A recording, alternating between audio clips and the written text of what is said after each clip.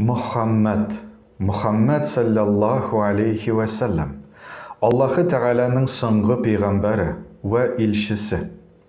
Muhammed деген isim тәрҗемә ителә мактаулы, мактауга лайыклы булган дип. Балаларыбызга, аныкларыбызга мондый исемне кушарга ярый микән дигәндә, әлбәттә ярый. Хәтта пейгамбәребез үзе дә әйтеп калдырган: балаларыгызга, аныкларыгызга минем исемне кушыгыз дигән. Бүгенге көндә нигәдер кешеләр балаларына, аныкларына исем биргәндә бик игътибар бирмиләр. Исем нәрсәне аңлата, нәрсә турында ул исем, бик игътибар бирмиләр. Менә сезнең фикерегезчә, исем кешенең тәкъдиренә, кешенең тормышына, гамәленә, фикерләвенә берәр ничек тәэсир итә ала микән? Имам Тирмизи хадисләре җыентыгында китерелә. Гайша анабыз, Аллаһ аңардан разый булсын, әйткән: Пәйгамбәребез саллаллаху алейхи ва саллям берәр нинди ямсыз мәгънәле исемне ишетсә, аның исемен шундук алмаштыра иде дип әйткән. Ибн Умар, Аллаһ аңардан разый булсын, риваят ителә. Гомәрнең була кызы, аның исеме була Асия. Ягъни тыңламаучан, итагать итмәүче дип тәрҗемә ителә ди аның исеме.